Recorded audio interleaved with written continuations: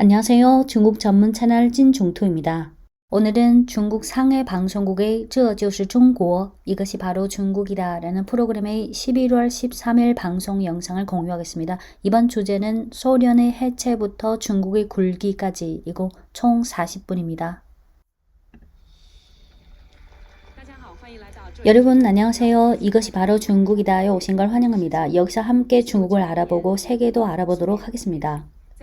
1991년 연말 소련이 해체됐고 그 후 전 세계의 정치 구도와 질서가 거대한 변화가 일어났습니다. 소련 해체 후 30여 년간 거대한 변화가 지속적으로 나타나고 있습니다.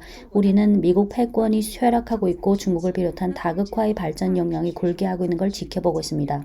그럼 이러한 웅대한 역사적 서사에 대해 우리는 어떻게 이해하고 어떻게 파악해야 할까요? 오늘 함께 토론해 보겠습니다. 오늘 스튜디오에 두 분을 모셨는데요. 한 분은 복단대 중국연구원 짱웨이웨이 원장을 환영합니다. 오늘은 또 국무원 발전연구센터 세계발전연구소 연구원 띵이반 선생님을 모시겠습니다. 네, 그럼 띵이반 선생님이 강연을 들어보고 잠시 후 현장 대화를 나눠보겠습니다.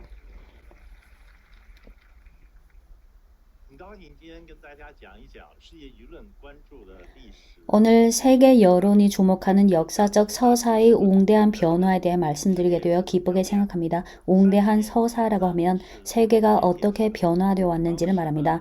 30년 전은 소련 해체의 시대였습니다. 당시 전 세계가 주목한 가장 중요한 키워드로는 영어로 Pax Americana, 실은 라틴어죠. 미국이 주도하는 세계 평화라는 뜻입니다. 당시 소련이 무너지면서 과거의 양극 세계가 해체됐습니다. 그때는 서방의 학술계에서 역사의 종언이라는 논조를 내세웠습니다. 즉, 전 세계 인류 역사는 다른 선택이 없다. 오로지 미국의 모델에 따라 발전해야 출路가 있다. 그 당시 중국의 일부 자유 지식인들은 의지가 약해지면서 무릎을 꿇었습니다. 당시 중국의 일부 지식인들이 이런 좌절감이 들었을 뿐만 아니라 사실 전 세계에서 다 이런 좌절감이 생겼습니다. 왜냐하면 당시 많은 나라가 난 반드시 그 법칙에 복종해야 한다. 만약 그 법칙에 복종하지 않으면 내 운명은 아마 더 참혹해질 것이다 라고 생각했습니다. 예를 들어 당시 일부 아프리카 국가들이 선진국의 원조를 받아야 발전할 수 있었는데 원조를 받는 조건은 반드시 자유화를 해야 한다. 반드시 역사의 종언의 길을 가야 한다. 반드시 다당 선거를 해야 한다. 그래야 출路가 있다라는 조건이었습니다. 그 당시 미국인들도 자신만만하면서 미국은 반드시 천하를 독차지할 수 있다. 천하는 다 미국의 것이다 라고 여겼습니다. 하지만 금세 그들의 약점이 드러났습니다. 물론 미국도 확실히 스스로 아주 많은 오류를 범했습니다. 특히 미국은 세 가지 큰 오류를 범했는데요. 첫 번째 오류는 바로 그때의 미국은 유일한 강대국이었기 때문에 미국은 대외 확장을 하기 시작했는데 대외 확장을 할 때 미국이 어떤 잘못을 범했냐면 그들은 노동자들을 잘 대하지 않았다는 점입니다. 왜냐하면 당시 양극 사회 때 미국은 그래도 상대 쪽 진영의 흡인력을 고려해야 해서 그때 미국은 아직 노동자들의 이익을 어느 정도 배려해야 했지만 미국이 유일한 강대국이 된 후 미국은 노동자들도 위협할 수 있기 시작했고 월급도 안 올려줘도 됐고 그리고 금융화를 전면적으로 추진해서 금융 자유화를 통해 더 많은 이익을 얻은 동시에 전체적인 생산을 전 세계로 깔기 시작했습니다. 경제 글로벌화가 바로 그런 배경하에 추진된 것입니다. 그때 만약 미국의 노동자들이 월급 인상을 요구한다면 자본가들은 어떻게 위협했냐면 만약 너가 월급 인상을 요구한다면 공장을 해외로 이전하겠다. 그럼 너희들은 아무것도 못 얻는다 라고 위협했습니다. 그래서 당시 미국의 노조들이 잇따라 무너지면서 노조도 많이 없어졌고 조직도 없어졌습니다. 그때 신속하게 탈공업화가 진행되면서 미국 자국의 공업 능력이 없어졌습니다. 오늘날 미국 노동자들의 평균 소득은 만약 인플레이션 요인을 제외시킨다면 아마 지난 세기 70년대 당시 월급이 가장 높았을 때 미국 노동자들의 소득보다도 낮을 수 있습니다. 미국이 범한 두 번째 오류는 바로 전략상 미국은 유일한 강대국이 된 후 아주 득이양양해서 눈에 보이는 게 없어서 소련을 학대했고 동유럽 국가들을 학대했습니다. 과거에 냉전이 끝났을 때 사실 구소련 지도자가 당시 서방의 논조를 믿었던 까닭은 당시 서방, 미국을 주도로 하는 서방 지도자들이 다 소련 지도자들에게 맹세하듯이 당신들이 냉전을 포기한다면 미국은 더 이상 예를 들어 네이토는 동진하지 않겠다. 단 1인치도 동쪽으로 확장하지 않겠다. 독일만 집어넣으면 우리는 평화롭게 될 것이다. 라고 말했습니다. 물론 그 뒤로 어떤 일이 일어났는지는 다들 아시겠죠. 미국은 러시아 및 과거의 적들을 안중에 두지 않았다는 것이 두 번째 오류이고 또 한 가지는 당시 미국은 테러 공격을 당한 후 미국은 테러리스트들을 전문적으로 대처한 게 아니라 반테러 전쟁을 발동해서 몇몇 국가를 손쉽게 뒤집는다면 미국의 실력을 증명할 수 있다. 그럼 세계에서 미국의 권위를 수립할 수 있다고 여겼습니다. 생각 밖으로 아프가니스탄 전쟁, 이라크 전쟁은 미국의 실력을 크게 쇠약시켰고 게다가 그 두 개 정권은 공교롭게도 다 미국이 키워서 세워진 정권이었습니다. 하지만 문제가 생겼을 때 미국은 과거에 키운 사람들을 다 뒤집어 버렸습니다. 아주 쉽게 뒤집어 버렸습니다. 이렇게 되니까 소위 미국의 친구들에게 안 좋은 인상을 남겨줬고 이런 안 좋은 인상이 바로 당시 전 미 국무장관인 키신저가 여러 차례 말했듯이 키신저는 이렇게 말했습니다. 미국의 적으로 사는 것은 위험하다. 하지만 미국의 친구로 사는 건 아마 더 위험할 수 있다. 그 후 미국은 반테러 전쟁을 하면 할수록 혼란스러워졌고 국력을 아주 많이 소모했습니다. 해외에서든 국내에서든. 때문에 이런 상황에서 미국 국내에선 좀 버티기 어려워졌습니다. 전쟁 지출이 컸기 때문에 재정 지출이 빨리 급증했고 이는 일련의 난잡한 행위와 관련되었습니다. 그래서 이런 상황에서 미국은 자국의 경제 성장을 키우기 위해 금융업에 대대적으로 의존할 수밖에 없었습니다. 이러한 금융업의 번영은 초기에는 인터넷 경제에 의존했으며 인터넷 관련 기업들, 각종 주식, 채권들이 엄청 높은 가격까지 부풀려졌습니다. 하지만 인터넷 버블은 2001년에 붕괴되면서 매우 큰 위기가 나타났습니다. 그 위기 이후 미국인들은 또 하나의 방법을 생각해냈습니다. 그럼 또 다른 걸 만들어서 그 전의 거품을 이어받자. 그래서 부동산 서브프라임이라는 거품을 만들어냈습니다. 원래 집 살 여유가 없었던 많은 사람들도 집을 살 수 있게 됐습니다. 왜냐하면 은행들은 당신이 집 살 여유가 없어도 괜찮다. 부동산은 계속 오를 거니까 나중에 집을 팔면 돈을 벌 수 있다라고 했습니다. 그래서 원래는 집 살 여유가 없었던 많은 사람들이 다 거기로 휩쓸려 들어갔습니다. 그 결과 2007년 당시 많은 사람들이 대출 부담이 너무 커져서 못 견뎌서 디폴트가 나오기 시작했습니다. 또는 아예 집을 내놓았습니다. 사람들이 다 집을 내놓으니까 더 이상 팔리지 않게 됐고 가격 자체도 많이 떨어지면서 금융시장이 전체적으로 뒤죽박죽이 됐습니다. 그래서 그때부터 미국은 쭉 미끄러지기 시작했고 미국이 주도하는 이른바 평화는 유지해 나가지 못했습니다. 반면 그 기간 동안 중국의 굴기가 사람들이 주목을 이끌었는데 왜냐하면 중국이 WTO에 가입한 후 신속한 발전 단계를 경험했기 때문입니다. 이런 빠른 속도의 발전은 중국의 실력, 중국의 기초공업과 중국의 기계 장비로 하여금 아주 빠른 발전을 거두게 했습니다. 그 후 아시다시피 2008년 큰 금융위기 이후 서방 세계 전체가 경제 쇠퇴에 빠졌고 바로 그때부터 그들이 주장해온 글로벌화라는 그런 서사가 그들이 발전에 유리한지 여부에 대해 의심을 가지기 시작했습니다. 글로벌화를 부정하는 것 외에 전반적인 경제 불황은 그들이 소비 능력도 막았기 때문에 중국은 더 이상 계속해서 예전처럼 수출의 대폭 성장으로 중국의 경제 성장을 견인할 수 없게 됐습니다. 다행히도 그때 중국은 내수 자극이라는 경제 정책이 있었기 때문에 인프라에 대대적으로 투자하기 시작했고 그래서 오늘날 전 세계에서 인프라가 가장 좋은 국가가 됐습니다. 그 중에 하나가 아니라 유일한 국가가 됐습니다. 지금 우리 고속철도는 약 43,000여 킬로미터로 전 세계의 대략 4분의 3 이상을 차지했고 이건 상당히 큰 비율입니다. 하지만 이런 인프라 시설 뒤에는 무엇이 있을까요? 우리의 기계공업의 진보가 있었기 때문입니다. 왜냐하면 만약 우리가 자체적으로 이런 건설 기계를 제조하지 않았다면 우리는 이토록 빨리 구축된 인프라가 있을 수 없습니다. 그래서 우리는 눈길을 그냥 자꾸 칩, 반도체 또는 전자산업에만 둘 것이 아니라 사실 중국의 공업은 전방위적으로 발전했습니다. 중국의 공업이 전방위적으로 발전했기 때문에 우리의 경제도 뒷받침이 생기게 됐습니다. 그래서 중국이 이렇게 잘 발전하고 있을 때 미국이 다시 돌아서서 중국을 최대의 경쟁자로 삼아서 각종 기술 수단을 이용해 중국을 에워싸서 공격하려 했을 때 공격하려 했을 때야 그들은 그럴 능력이 없다는 걸 깨닫게 됐습니다. 미국이 쇠락할 때 미국은 이런 생각을 가진 적이 있습니다. 그럼 우리 분업을 하자. 우리 양국 그룹을 만들자. 심지어 그들은 단어를 하나 발명했습니다. 차이메리카. 그 단어는 사실 중국을 속이는 표현이었습니다. 관건은 그들은 중국이 중저 수준의 공업 제품 생산에 만족하기를 원했고 반면 미국은 첨단 기술의 생산 쪽을 확보하기를 원했습니다. 중국은 당연히 미국이 그런 논조를 듣지 않았습니다.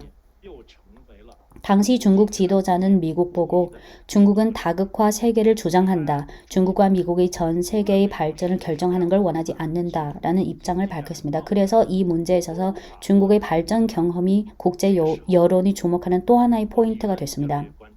왜냐하면 사람들은 미국이 어떤 방법을 쓰든지 간에 기술전이든 경제전이든 무역전쟁이든 어떤 수단을 쓰든 중국의 발전을 억제할 수 없다는 걸 알게 됐습니다.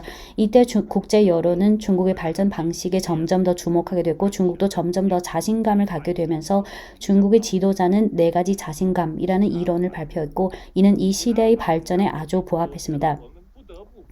그래서 우리는 이와 같은 일련의 발언권의 변화를 갖게 됐고 이런 발언권은 전 세계 기타 발전도상국들에게도 영향을 미쳤습니다. 기타 발전도상국들은 과거엔 어쩔 수 없이 피동적으로 역사의 종언을 받아들여야 했지만 어쩔 수 없이 미국 주도하의 평화에 따라 갈 수밖에 없었는데 하지만 갑자기 세계는 아주 큰 변화가 일어났다. 다른 길로 갈 수도 있다는 걸 알게 됐고 게다가 과거에 미국이 선전했던 그 역사의 종언은 붕괴하고 있다는 걸 인식했습니다. 이런 상황에서 미국의 모델은 이미 사람들이 존경을 그다지 받지 못하게 됐습니다. 인터넷 SNS상 코멘트들을 보면 아주 재미있습니다. 예를 들어 일부 유럽 정상이나 미국 정상이 아프리카를 방문해서 아프리카 정상들과 회담을 할 때 강력한 반박을 당했다는 것입니다. 아프리카인들은 이미 그들이 말하는 역사의 종언 같은 거, 당신들은 반드시 어떻게 해야 한다와 같은 논조와 서사를 더 이상 듣고 싶지 않았습니다. 매번 그런 논조를 들을 때마다 아프리카 지도자들은 반박했고 중국을 사례로 들어서 사실 이 세계의 발전은 당신들이 상상하는 것과는 다르다. 다른 방법이 있고 다른 길이 있다라고 반박했습니다. 그래서 이 세계는 확실히 이미 천지개벽의 변화가 일어났습니다. 30년 전의 미국 혼자서만 강대한 그런 서사에서 오늘날 모든 사람이 중국의 굴기라는 서사에 주목하면서 소위 글로벌 사우스 즉 발전도상국들 그들의 희망이 점점 커지고 그들이 자신감이 점점 더 커졌습니다. 올해 1대1로 10수년 때 보신 것처럼 점점 더 많은 발전도상국들은 서방이 정한 그런 길을 따르지 않고 자국을 발전시키고자 하고 그들은 점점 더 중국을 모방하고 중국의 경험을 학습하려 하고 그리고 중국과 함께 새로운 글로벌 발전을 추진하고자 합니다. 네, 감사합니다. 방금 띵 선생님 강연에서 1991년 말 소련 해체부터 지금까지 30여 년간 세계 구도의 전반적인 변화를 다뤄주셨습니다. 현장에 젊은 관객들이 많은데요. 그 역사, 특히 소련 해체라는 그 역사는 젊은이들은 아마 책이나 다큐멘터리에서 관련 자료를 접할 수는 있었겠지만 직접 겪은 적이 없어서 오늘 이 토론에서 드리고 싶은 첫 번째 질문은 두 분께서 우리를 데리고 그 역사를 다시 한번 돌이켜봤으면 합니다. 소련 해체는 전 세계를 놀라게 했는데요. 당시 도대체 어떤 구도였습니까? 당시 서방에게 있어서 역사는 종결됐다라는 것은 의심의 여지가 없었습니다. 당시 왜 후쿠야마가 한때 이름이 세상에 널리 알려졌나요? 바로 그 때문입니다. 저는 그중 가장 재미있는 것은 중국의 역할이라 생각합니다. 자세히 돌이켜보면 당시 등소평이 살아 계셨을 때인데 국내외 상황에 대한 등소평의 판단은 매우 정확했습니다. 예를 들어 1989년 그는 서방은 지금 비서방 세계, 사회주의 국가를 상대로 총성 없는 세계 대전, 화평연변을 벌이고 있다라고 명확히 말씀하셨고 1990년에 그는 아주 유명한 말씀을 하셨죠. 냉정하게 관찰하고 발판을 든든히 하고 도광양회하고 유소자귀 즉 이를 성취한다. 그 후 소련이 해체가 1991년 12월 25일부터 26일 사이 한밤중이라서 그 후 등소평이 남방을 시찰하셨는데 날짜를 자세히 보면 1992년 1월 18일이었습니다. 그러니까 소련 해체 후 한 달 안 되는 사이에 20일 정도 지난 후 그가 남순을 결정했고 하려는 말이 있었던 것입니다. 사실 소련 해체 전에 이미 일종의 위기감이 생겼습니다. 사회주의 큰 형이 무너졌는데 그럼 우린 어떻게 해야 하는가? 붉은 깃발은 언제까지 쌓을 수 있는지 당시 주로 두 가지 관점이 있었습니다. 하나는 서방의 기대자, 또 하나는 더 이상 개혁개방하지 말고 문을 닫자. 그래서 등소평이 마음이 급해서 남방을 시찰하면서 개혁개방을 견지하고 인민생활 수준 향상을 견지한다. 그렇지 않으면 막다른 골목이다. 라고 말씀하셨습니다. 그 말씀이 아주 중요했습니다. 또한 시장 경제에 관해서 그는 더 이상 논쟁하지 말라. 자본주의에도 계획이 있고 사회주의에도 시장이 있다. 이것은 사회 제도를 획정하는 기준이 아니다. 우리는 우리 상황에 따라 해야 한다. 시장도 있고 계획도 있어야 한다라고 말씀하셨습니다. 오늘날에 와서 보면 창해의 물결이 험하고 거셀수록 영웅 본색이 드러났습니다. 당시 모두가 확신이 안 섰을 때 등소평이 딱 판단을 내렸죠. 지금 돌이켜보면 한 발 한 발이 다 정확했고 중국 굴기의 기반이 됐습니다. 방금 장 선생님이 1990년 전후 그 면을 언급하셨는데요. 제가 마침 그때 중학생이었는데 한편으로는 교과서에서 시사 정치 관련 내용을 많이 배울 수 있었고 무의식 중에 저희 세대는 진짜 그 역사를 목격했죠. 하지만 다시 돌이켜보니까 그러한 창해의 거센 물결 속에서 우리의 의지력이 얼마나 중요한지 이제야 알게 됐습니다. 네, 이건 확실히 당시 다들 좀 당황스러워했어요. 이 세상이 어느 방향으로 갈지에 대한 그런 거. 유럽인들도 사실 당황스러워했어요. 처음엔 유럽도 양극 구도 하에 자신의 구심력을 강화하고 발전하려고 했어요. 제 기억으로는 후쿠야마가 역사의 종언을 낸 지 얼마 안 됐을 때 당시 프랑스 작가가 또 다른 책을 한 권 냈는데 그 책도 판매량이 적지 않았습니다. 책 이름이 자본주의 대자본주의였습니다. 그는 사실 후쿠야마가 역사의 종언을 주장한 건 너무 일렀다라고 했습니다. 사실 미국 모델의 자본주의 외에 유럽 모델의 자본주의도 있다라고 했습니다. 그래서 그 프랑스 작가는 자본주의 대자본주의라는 주장을 내세웠습니다. 제가 한 가지 보충하겠습니다. 비록 미국과 유럽 간의 이견이 있었지만 비서방 세계, 제3세계를 대할 땐 태도는 상당히 일치했습니다. 네, 그렇죠. 방금 띵 선생님 강연에서 미국은 세계를 독차지한 후 스스로 많은 오류를 범한 것에 관해 세 가지 시각으로 분석해 주셨는데요. 그중 첫 번째가 바로 노동자들의 전체적인 권익을 소홀히 했다는 점. 원래 미국의 사회주의 진영과 대치할 땐 그래도 자신을 좋게 보이기 위해 노력해야 했었는데 그런 외부 영향이 존재하지 않고 나서는 미국 사회의 자체적인 모순이 우위를 차지하게 됐죠. 네, 그렇죠. 그 뒤엔 자본이 통제하고 자본을 지향하는 그러한 사회가 있었습니다. 그 자본들은 제멋대로 하게 됐고 그 자본 속에는 또 어떤 통제할 수 있는 부분이 있는데 예를 들어 군산복합체가 금융그룹과 결탁해서 계속 전쟁을 조종했습니다. 이른바 끝없는 전쟁을 만들었죠. 군산복합체들은 이런저런 핑계를 찾아서 한 차례의 전쟁을 발동하며 그들에겐 그건 돈 버는 기회였습니다. 하지만 국가 재정에 있어서는 사실 해가 꽤 컸습니다. 그들은 일부 특정 이익그룹을 대표했지만 피해를 받는 건 전체 국가 재정이었습니다. 장 선생님도 자주 하시는 말씀이 그 돈이면 전쟁을 하는 것보다는 다른 뭔가를 하는 게 낫지 않겠냐. 그 돈을 고속철도에 썼다면 벌써 다 지어넣겠다. 미국은 중국을 상대로 무역전쟁, 과학기술전쟁을 발동했는데 지금 사람들이 관심을 갖고 있는 건 미국은 마지막 그 제일 강력한 카드인 금융카드를 뽑아낼지 여부, 한 차례의 금융전쟁을 벌일지 여부입니다. 또는 금융전쟁은 사실 이미 진행되고 있다고도 볼 수 있을까요? 저는 개인적으로 금융전은 계속 진행되고 있다고 봅니다. 단지 그 규모가 크냐 작냐의 차이일 뿐입니다. 다행히 한편으로는 우리가 이 방송에서도 계속 주장하듯이 금융개혁과 금융개방은 신중하고 또 신중해야 한다. 월가의 눈은 줄곧 우리를 빤히 쳐다보면서 이 먹음직한 고기를 삼켜보려고 싶어한다. 중국은 사실 그냥 일반적인 발전도상국이 아닙니다. 저도 장 선생님처럼 아주 많은 나라를 방문했는데요. 대부분 발전도상국들은 다 한 가지 문제가 있습니다. 그들은 저축이 없고 서민들의 생활 리듬이 예를 들어 아프리카. 현지 중국 기업들이 월급을 지급할 때 보통은 매일 지급하거든요. 만약 주간으로 월급을 주면 주말이 되면 돈이 없어집니다. 그리고 라틴 아메리카에서는 심지어 미국에서는 주급 또는 반월급, 즉 2주마다 월급을 한 번 지급합니다. 중국은 과거에 아주 빈곤한 시기에도 중국인들은 대량의 저축이 있었습니다. 사람들은 방법을 강구해 소득에 맞춰 지출했는데 그게 중국의 육아 전통 문화였습니다. 그래서 중국은 방대한 저축이 있었습니다. 방대한 저축은 자본이고 산업화를 할 때 우리 자국의 국내 저축이 있어서 우리의 자본을 지탱할 수 있습니다. 당시 우리가 유일하게 부족한 건 외화였습니다. 발전 초기에 중국은 기계 설비가 없어서 구매해야 했습니다. 근데 기계 설비를 사려면 뭐가 필요한가요?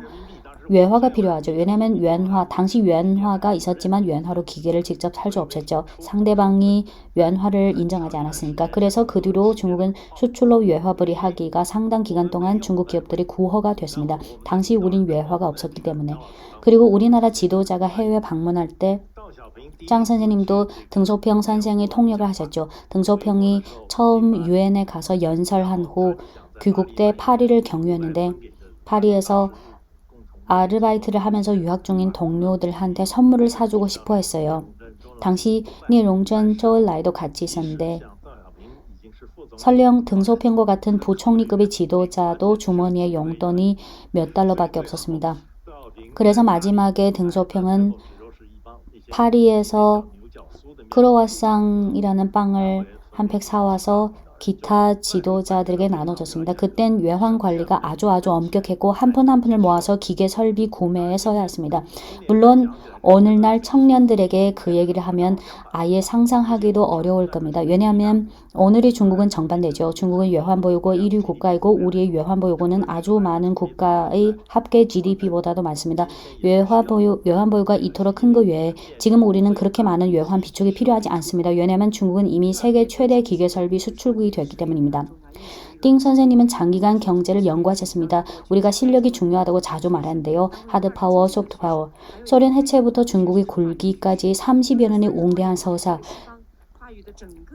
거기엔 한쪽은 경제의 서사가 있고 또 한쪽이 아주 중요한데요. 확실히 화법의 서사가 중요합니다. 30여 년 전 그 서방 화법의 압도적이었던 상황과 지금은 비서방 세계 발전도상국들이 자신의 목소리를 낼 수 있다는 것, 특히 중국은 자신의 화법 체계가 있다는 것, 이것은 정말로 거대한 변화입니다. 그래서 미래 세계의 웅대한 서사는 어떤 발전 추세가 될까요? 장 선생님. 지금 보시면 전체 글로벌 사우스에는 많은 지식인들이 화법의 구축을 하고 있습니다. 중국은 글로벌 사우스의 일부로서 중요한 참여자입니다. 우리나라는 시진핑 신시대 중국 특색 사회주의 이론이고 특히 총석이 그 빈곤 탈퇴라는 책이 아프리카의 영향력이 정말 큽니다. 이걸 저는 공식적 화법이라 하고 예를 들어 학술계에서는 우리가 문명형 국가라는 개념을 제시했는데요. 이것은 외부 세계에서의 주류 화법 중 하나이며 러시아가 사용하고 있고 인도가 사용하고 있고 이란이 사용하고 있고 많은 나라가 사용하고 있어서 저희도 매우 기쁩니다. 다들 우리는 하나의 독특한 문명이다. 하나의 문명형 국가다. 서방은 우리를 간섭할 어떠한 이유 없다라고 합니다. 이것이 바로 문명의 자부심인데요. 이 한 가지만으로도 대단하고 그 역할이 아주 크다고 봅니다. 또 예를 들면 우리가 인도 학자, 파키스탄 학자, 남아공 학자와 다 교류가 좀 있는데 다들 다양한 관점을 발표했습니다. 그럼 민간을 보면 지금은 인터넷 세상이니까 SNS를 보면 우리 네티즌들은 아주 지혜롭거든요. 다채로운 민간 화법을 창조해냅니다. 지금은 정신적 외국인이라는 단어가 있고 또 목양견이 있는데 어휘 사용이 아주 적절하다고 봅니다. 장 선생님 잘 아시네요. 네, 그리고 백인 좌파라는 말도 있고 서방에서도 이 단어를 쓰기 시작했어요. 네, 다 인터넷 용어를 다 아시네요. 이는 다 화법 구축이거든요. 이런 걸 저는 대중화법, 학술화법, 공식화법이라고 이는 일종의 콤비네이션 펀치입니다. 전체적인 추세는 서방 화법이 현재 약해지고 있다는 점입니다. 당시 바이든이 민주주의 정상회의를 주최하려고 했을 땐 우린 이미 이 방송에서 중국의 젊은이들은 그걸 웃음거리로 삼는다고 말했는데 결과 정말로 웃음거리가 되어버렸습니다. 네, 우리 현장 관객들로 질문을 갖고 토론에 참여하자 하는데요. 우선 대화의 기회를 그분들에게 드리겠습니다. 질문하실 분들은 손 들어주세요. 방금 선생님께서 낡은 화법 체계가 해체되고 있고 새로운 화법 체계가 구축되고 있다고 말씀하셨는데 제 질문은 정보화 시대와 인터넷 시대에서 이런 미디어 수단이 국제 여론의 핫 이슈의 수립과 전파를 도대체 어떻게 변화시켰는지 이러한 변화가 국제관계의 긴장 분위기와 불안정성을 심화시켰는지 감사합니다. 지금 우리가 볼 수 있는 서방의 여론조사 또는 비서방 국가의 어느 정도 신뢰도가 있는 여론조사를 보면 전반적으로 중국의 이미지에 있어서 실보다 득이 많습니다. 왜냐하면 서방 주류 언론 CNN, BBC, The New York Times 그들은 바꿀 수 없습니다. 네, 필터가 있죠. 100년 넘는 역사가 있고 얽히고 설켜 있습니다. 하지만 뉴미디어는 다릅니다. SNS는 다릅니다. 저번에 언급한 적 있는데 지금 미국에서 영향력이 가장 크고 가장 많이 사용되고 있는 5개 각종 업무를 하는 그런 앱 중 4개가 중국 겁니다.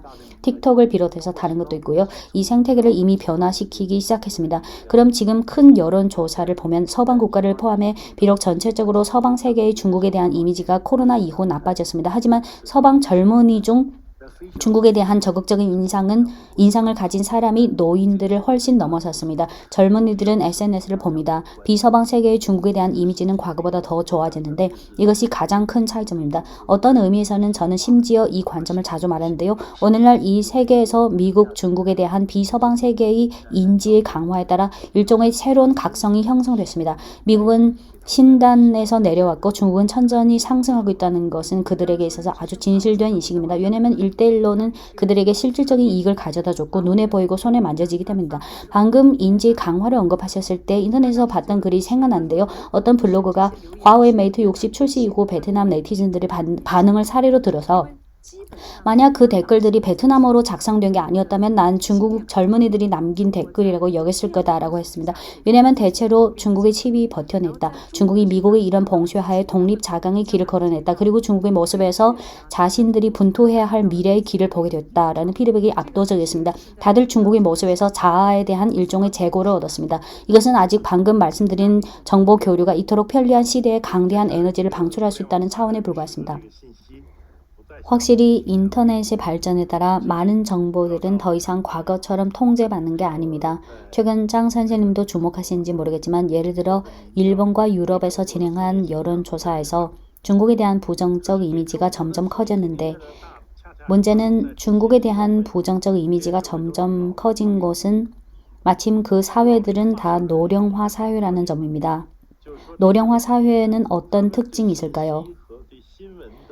노인들이 정보와 뉴스에 대한 의존도가 주로 전통 미디어입니다. 즉 그들이 얻는 정보의 자원은 주로 전통적인 신문, 잡지, TV 거기서 얻는다는 겁니다.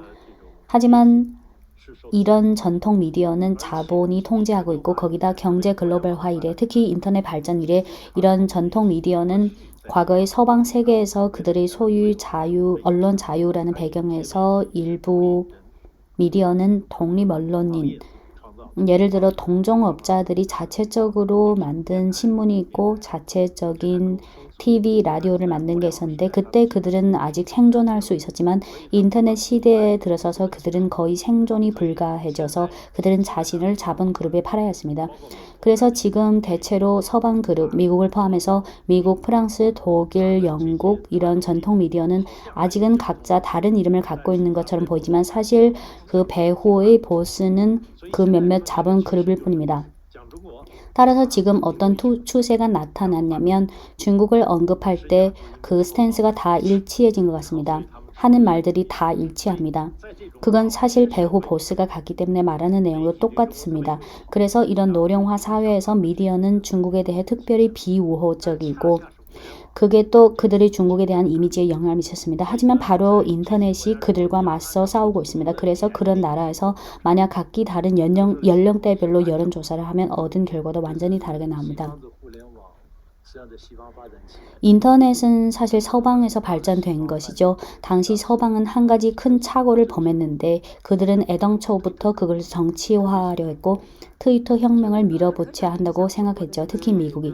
그들은 정말 중국의 젊은 네티즌들에게 영향 주고 싶어 했죠. 그렇죠. 결과적으로 그들이 생각지 못한 건 그 혁명이 그들 국내로 가버렸다는 겁니다. 사실 그들은 지금 소위 포퓰리즘, 어떤 의미에선 혁명 성격이 좀 있는데 서민들이 정부에 대해 불만을 갖고 있었고 트럼프를 따르는 사람들은 뉴욕타임즈를 아예 안 보고 CNN을 안 보고 다들 트위터를 보는 사람들이죠. 그 후 그들 국내는 스스로 혼란을 만들었습니다. 반면 우리 중국은 인터넷 SNS는 우선 인민을 위해 서비스하고 인민들의 생활을 더 편리하게 만들어야 합니다. 그래서 휴대폰 하나로 모든 걸 다 처리할 수 있게 했죠. 이렇게 양쪽은 중점을 둔 포인트가 달랐기 때문에 그 결과도 달랐습니다. 네, 그럼 이쪽 관객의 질문을 들어보겠습니다. 환영합니다. 선생님 여러분 안녕하세요. 저는 상해재경대학의 대학원생입니다. 지금 중미 간의 경쟁은 일종의 신냉전이다라고 하는 사람들이 있는데 이런 관점에 대해 어떻게 보십니까? 저희 연구원에 리시모어라는 연구원이 있는데요. 그의 관점이 참 좋다고 생각합니다. 만약 지금을 진짜 신냉전이라고 한다면 그럼 오늘의 미국은 소련과 더 닮았다. 즉 미국이 열세에 있다는 겁니다. 미국의 냉전에 열광하는 자들이 한물이 있는 건 사실이고 그들은 냉전 방식으로 중국과의 관계를 처리하고 중국을 전방위적으로 억제하고 싶어합니다. 하지만 그건 실제로 불가능합니다. 한 가지 제일 간단한 도리가 바로 중국 모델의 특징이 글로벌화를 포옹하는 것인데 맹목적으로 포옹하는 것이 아니라 선택적으로 하는 겁니다. 서방 국가와의 협력 또는 경쟁에서 총체적으로 우리의 원칙은 사비평의 상생 협력 방식입니다. 그래서 그들이 중국을 억제하려 할 때 그들 자체도 벌을 받게 되기 마련이고 게다가 종종 그들이 더 큰 손해를 당하게 됩니다. 그래서 저희는 여기에 근거해 많은 판단을 내리는데요. 당신들은 과학기술 전쟁에서 이길 수 없고 무역 전쟁에서 이길 수 없고 당신들의 손실이 중국을 넘어설 것이다. 과거 냉전 때 전통적이고 전형적인 방식은 각종 관계를 완전히 다 단절시키는 것이지만 지금은 그들이 그렇게 하고 싶어도 아주 어렵습니다. 그들 국내에는 중국과의 협력에서 이득을 얻는 대량의 기업, 개인, 학자 등등이 있고 그분들도 그렇게 하지 말라고 주장합니다. 그래서 그것은 비교적 어렵습니다. 신냉전이라는 이 문제에서 그들의 일종의 마음가짐을 반영했습니다. 왜냐하면 이 신냉전이라는 화법은 중국인이 만든 것이 아닙니다. 중국은 줄곧 이 사실을 인정하지 않았고 이걸 받아들여야 하지 않습니다. 신냉전이라는 화법은 미국의 전략학자들, 그들이 만든 겁니다. 거기엔 한 가지 배경이 있는데요. 경제학의 경로 의존성이라는 용어가 있는데 그들이 사물을 바라보고 문제를 생각할 때 경험주의, 그들은 과거의 미소 냉전을 해석할 때 그들이 승리할 수 있었던 것은 그들이 소련에 대해 취한 방법이 유효했기 때문에 소련을 마비시켰고 와해시켰기 때문에 성공했다. 그들은 그런 경험주의가 있기에 지금 new rival인 중국을 대처할 때 비록 신냉전이라는 표현을 썼지만 여기서 new라는 건 과거의 소련이 아니라 적이 새로 하나 바꿔버렸다는 겁니다. 사실 new라는 글자를 없애도 되겠네요. 사실상 그냥 냉전 사고 방식이네요. 네, 맞습니다. 냉전은 그들의 사고 방식입니다. 그러나 첫째, 그들은 세계는 이미 크게 변화됐다는 걸 잊었습니다. 지금 배경은 이미 달라졌습니다. 과거 미소 냉전 때는 미국의 공업 제조 능력이 전 세계의 반 이상을 차지했고 그때 소련은 아직 매우 약했습니다. 그런 상황에서 미국은 소위 냉전으로 소련을 고립시켰고 포위해서 억제해서 외부와 연락이 끊기게 만들어서 최종적으로 피말리게 만든 겁니다. 하지만 오늘날 중국을 그렇게 만드는 것은 불가능합니다. 왜냐하면 중국은 이미 글로벌화된 경제체이기 때문에 과거의 그런 억제하는 방법으로 중국을 대처할 수 없습니다. 왜냐하면 중국은 이미 상당히 큰 규모가 됐기 때문에 공동부유를 해서 중간 소득층을 미국과 똑같은 규모로 만든다면 중국의 경제 규모는 미국과 유럽의 합계를 추월할 수 있습니다. 거기다 만약 전체 글로벌 사우스 국가들을 동원해낸다면 우리의 시장은 그들보다 훨씬 더 크게 되고 그러면 우리는 끊임없이 이윤을 창출할 수 있고 그걸로 우리의 과학기술 혁신을 보충할 수 있고 우리의 산업 업그레이드를 보충할 수 있게 됩니다. 그래서 이런 관점에서 그들의 소위 냉전 사고 방식은 잘못된 겁니다. 바꿔 말해서 어떻게 하든 경험주의에 의존해서 과거의 그 잘나가던 시절을 되풀이할 수는 없다는 겁니다. 우리나라의 커저우 저지엔 각주구검이라는 사자성어가 있습니다. 이 사자성어를 배운 중국인들은 다 알고 있죠. 과거에 한번 이겼다고 해서 같은 방식으로 다시 한번 이길 거다라고 생각하면 안 된다는 걸. 하지만 미국은 문제 처리에 있어서 그 도리를 모릅니다. 심지어 서방에도 사람은 같은 강에 두 번 발을 담글 수 없다라는 말이 있는데요. 뜻밖에도 그들은 역사는 되풀이할 수 있다고 여기는 것 같은데 역사의 큰 강, 긴 강이 앞을 향해 질주하고 있지 되풀이하지 않습니다. 네, 이쪽에 질문하시는 분 계신지 보겠습니다. 네, 환영합니다. 선생님 두 분 안녕하세요. 아나운서님 안녕하세요. 제가 드리고 싶은 질문은 지금 다극화 세계 속에서 UN 등 국제기구들은 응당이 해야 할 역할을 했는지 여쭤보고 싶습니다. 감사합니다. 네, 앉으십시오.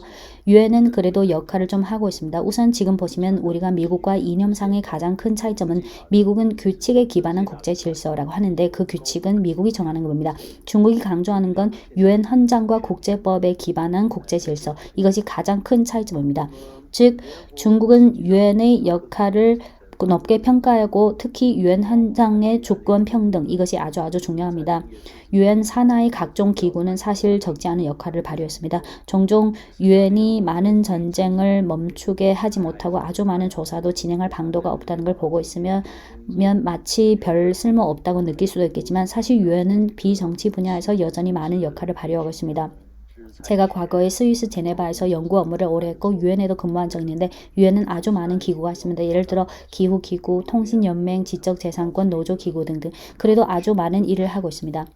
동시에 유엔의 역할을 과장할 필요는 없습니다. 왜냐하면 유엔은 본질적으로 대국들이 공통의 인식을 얻어야 진짜 일을 진행할 수 있습니다. 특히 정치 문제에 있어서 공통된 인식이 없으면 진행하기 매우 어렵습니다. 이것이 유엔의 한계성입니다. 하지만 동시에 아주 재미있는 것은 비서방 세계의 굴기에 따라 이번에 유엔 국제원자력 기구를 보면 많게는 적게는 완전히 보증한 것은 아니지만 일본 핵 오염수 방류를 위해 간접적으로 어떤 보증을 했는데 결과 갑자기 회비를 못 받게 됐습니다. 그렇죠?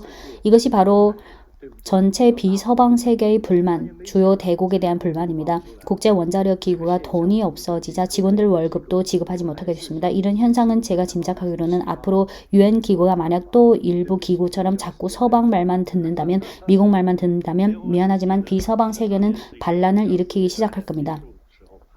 유엔 체계는 2차 세계대전 종료 당시 미국인이 앞장서서 설립한 일종의 국제관리 틀입니다. 그래서 미국인은 아주 많은 설계를 했습니다. 당시 중국의 일부 학자와 중국 정부의 간부들도 거기에 일정한 기여를 했지만 기본적으로는 미국 한 나라만 강대한 그런 기반에서 설계된 구도입니다. 오늘날 그 구도는 좀 어려움이 있습니다. 방금 전에 장 선생님이 언급하셨듯이 그 전제는 대국 간에 협력해야 한다는 점, 안보리의 일부 상임 이사국과 이사국들이 일정한 공감대가 있어야 어떤 국제사무 해결 또는 발전을 밀고 나아갈 수 있습니다. 하지만 이런 문제들에 있어서 지금은 확실히 이미 일정한 교차 국면에 빠졌습니다. 왜냐하면 대국 간에 협력하고 싶지 않기에 그리고 제도적인 틀과 그 규칙들은 사실 선진국에 유리하고 발전도상국에 불리합니다. 그래서 지금 유엔과 같은 이런 다자 체계만으로는 이미 세계의 전반적인 다자 체계를 유지할 수 없게 됐습니다. 바로 이런 상황에서 중국과 기타 신흥국들이 다른 제안을 제시해 유엔 체계의 부족한 점을 보완하게 됐습니다. 지금 발전 추세가 비교적 강한 것은 하나는 브릭스죠. 브릭스는 지금 점점 더 많은 글로벌 사우스 국가들의 선호를 받았기 때문에 이렇게 많은 국가가 참여하고 싶어 합니다. 그리고 매번 대화할 때마다 더 많은 국가들이 참여하게 됐습니다. 또 하나는 상해협력기구. 상해협력기구의 발전도 아주 빠릅니다. 이 두 기구 모두 계속 확충되고 있는 걸 보면 그 매력과 구심력이 얼마나 큰지 알 수 있습니다. 제가 추억을 하나 말씀드리겠는데요. 당시 유엔 사무총장이 이집트 외무장관이었던 부트로스 갈리라는 분인데 좀 마르신 부트로스 갈리. 그분은 학자 출신의 외교장관이었습니다.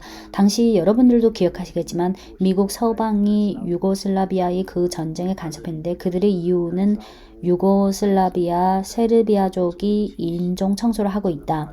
당시 주요 발생지가 보스니아 헤르체고였습니다. 그때 부트로스 갈리가 제네바에서 기자회견을 열었는데 당시 저도 현장에 있었습니다. 기자회견에서 서방 기자가 당신은 왜 유엔의 권한을 부여해 직접 관여하지 않냐라고 질문했는데 그 뜻은 즉 유엔의 권한을 부여하면 서방이 출병할 수 있다는 뜻입니다. 갈리는 그 질문에 이렇게 답했습니다.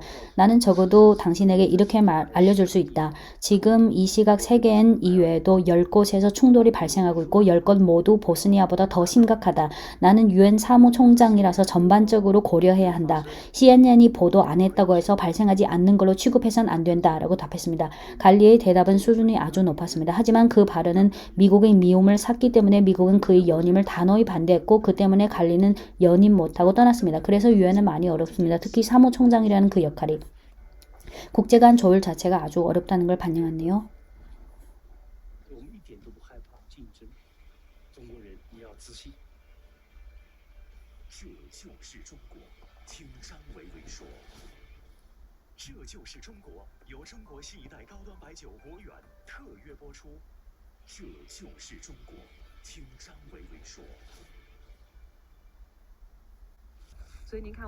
그래서 오늘 토픽에서 1991년 소련 해체부터 지금까지 전체적인 거시적 서사가 격변을 거듭하며 끊임없이 변화됐고 미국의 패권이 쇠락하고 있고 중국을 비롯한 다극 세계가 부단히 굴기하고 있다는 걸 알 수 있습니다. 저는 방송에서 중국의 수년간의 발전은 아주 웅장하고 규모가 크다고 자주 말했는데요. 하지만 이런 웅장한 발전은 그냥 하늘에서 떨어진 것이 아니라 사실 그 뒤에선 수많은 암초와 험탄을 뛰어넘었고 외부 환경도 변화무쌍했습니다. 그래서 오늘 이렇게 30여 년을 돌이켜보면 보니까 그 과정에 수많은 중요한 지점이 있었는데 우리는 다 버텨내고 이겨냈다는 걸 알 수 있습니다. 우리는 스스로의 아름다운 미래를 개척했을 뿐만 아니라 동시에 글로벌 사우스 국가들을 이끌어서 세계 속에서 일종의 새로운 서사, 화법의 서사, 문명의 서사, 정치의 서사를 부단히 기여하고 있습니다. 그래서 저는 이것은 아주 대단한 일이라고 생각합니다. 네, 지난 11월 13일 중국 상해 방송국의 这就是中国 이것이 바로 중국이다라는 프로그램에서 소련의 해체부터 중국의 굴기라는 주제로 한 토론 방송은 여기까지 공유하겠습니다. 이상 진중태였습니다. 非常感谢今天两位来剖析整个过程，再次感谢我们现场观众的参与，谢谢大家，再见。了解更多节目文章及音频，请关注《这就是中国》今日头条、抖音官方账号以及节目微信公众号。让我们一起定位中国，读懂中国。这就是中国，听张伟伟说。